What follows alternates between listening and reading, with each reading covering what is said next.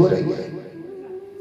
हजारों की भीड़ लगी है, एक जाता है, एक आता है, कोई भाव लगाता है, कोई चला जाता है।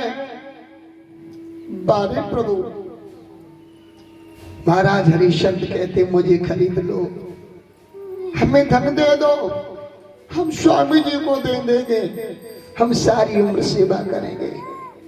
महाराज एक वेश्या आ गई, वेश्या, और वेश्या ने जब रानी तारा के रूप को देखा तो मुग्ध हो गई और समझा के बोली स्वामी जी, स्वामी जी। हाँ बोलो, इस रानी का क्या लोगे? विश्वामित्र बोले हम इसका 20 भार सोना लेंगे, बच्चे का 20 भार सोना, इस जवान का 20 भार सोना, तीनों का 60 भार सोना। मैया बहनों, और जैसी वेश्या को देखा ना, तारा ने प्रभु को मनाया, भगवान यदि वेश्या के साथ चली गई, राधे कृष्ण, एक बार कह दो जय जय श्री, इतना तो कहना पड़ेगा। कहती है भगवान यदि मैं वेश्या के साथ चली गई तो मेरा धर्म, मेरा सत्यत्व तो नष्ट हो जाएगा। बुजुर्गों विचार करना, नट, नाऊ और नायिका, ध्यान देना, नट, नाऊ और नायिका, सूर, चोर और ग्वार, ये 6 उतरुड़ई भले वृद्ध हो तो ग्वार। नट पे जवानी है तो कला दिखा देगा, नायिका वेश्या की जवानी में कीमत है, नाऊ इसकी जवानी पर कीमत है, चोर छत्री जवानी में कीमत है, चोर जवानी है तो डकैती डाल लेगा, और आ गया बुढ़ापा, पुलिस ने पकड़ लिया तो सारे नटबोल्ट ढीले कर देगी। कुआर गाय भैंस गैया चराने वाला, अब नहीं कोई चराने जाता, पहले जाते थे। ये 6 व्यक्ति जवानी की योगी हैं, मगर सदा जवानी किसी पे नहीं रहेगी। आज जवानी है तो बुढ़ापा बहुत ही आएगा। मैया बहनों, जैसी प्रभु से डोर लगाएगा, हे भगवान हमारे धर्म की इतनी परीक्षा न लो, यदि मैं वेश्या के साथ चली गई तो मेरा धर्म छीड़ हो जाएगा। तो वेश्या तो चली गई, मगर एक ब्राह्मण देवता आ गए, उन्होंने रानी को और पुत्र को 40 भाला सोना दिया, 40 भाला, और दोनों को खरीद लिया। एक कालू मेहतर आया, महाराज हरिश्चंद्र को खरीद लिया, और जब तीनों प्राणी जुदा होने लगे ना तो हरिश्चंद्र रो गए, और हरिश्चंद्र बोले तारा माफ कर देना, इस दुनिया में व्यक्ति मर सकता है, मिट सकता है, कट सकता है, मगर अपनी स्त्री को, अपने पुत्र को बेच नहीं सकता। पर पहला मैं ऐसा भागा हूं तारा कि मैं तुझे बेच दिया, तारा मेरे पुत्र को बेच दिया। तारा की भी आंखों में आंसू आ गए।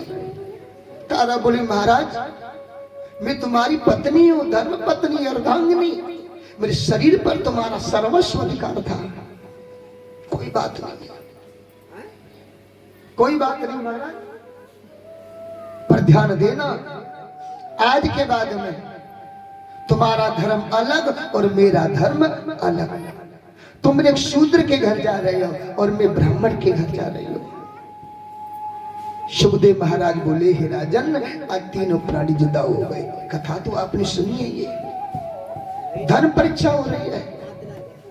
मैया बहनों, पिता बुजुर्गों, प्यारे, चल दिए। रानी तो पंडित जी महाराज के घर पहुंची, बेटा फूल बाग में से पुष्प लाता है ना, और तारा रसोई का काम करती है, और इधर हरिश्चंद्र कालू भैया के घर काम करते हैं, और राशन वाले की दुकान से राशन लेकर भोजन बनाकर जैसे प्रभु को भोग लगाते हैं। प्रभु भोग लगाओ, वैसे ही विश्वामित्र आ जाते हैं, विश्वामित्र आ जाते हैं, त्राहिमाम सारा भोजन खा जाते हैं, महाराज भूखे रह जाते हैं। कई रोज हो गए, एक दाना पेट में नहीं गया।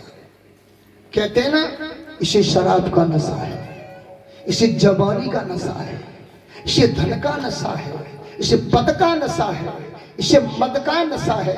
सबसे बड़ा नशा होता है अन्न का। यदि अन्न न मिले खाने को तो सारी नशा पी के पड़ जाएगा। ओहो, कालू भैया ने आदेश दिया, हरिया देख रहे बुजुर्ग को, हरिश्चंद्र, और पैसा नहीं रहा तो हरिया, हाँ महाराज जाओ और जल भर के लाओ। कथा पर गौर देना,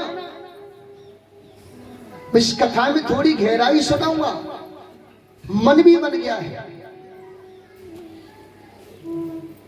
थोड़ा विचार करना। कुछ वक्ता कहते हैं कि हरिश्चंद्र गए गंगा में से जल लेने, गंगा से जल लेने। बुजुर्गों थोड़ा सा ब्रेक लेके और कथा की गहराई देखते हैं। हरिश्चंद्र की बहुत पीढ़ी बाद गंगा आई। हरिश्चंद्र के पुत्र रोहित, रोहित के चंप, चंप के विजय, विजय के वर्ग, वर्ग के बाहु, बाहु के सगर, सगर के असमंजस, असमंजस के अंशुमान, अंशुमान के दिलीप, और दिलीप के भगीरथ, जो गंगा को लाए इसी सूरवंश में। अब हरिश्चंद्र को इसी गंगा में से जल लेने के लिए गए।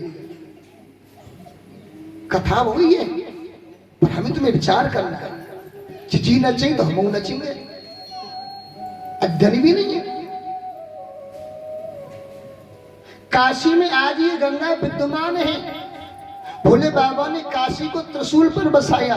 और एक और तुम्हें बता दूं, मैं शिव पुराण में लिखा हुआ है, जो व्यक्ति काशी में जाके मर जाता है उसका जन्म जन्म का पाप कट के मोक्ष प्राप्त करता है। शिव पुराण पढ़ो। पर यहाँ तो वक्ता ऐसे हैं, 7 कथा सीख लें और हो गए शास्त्री।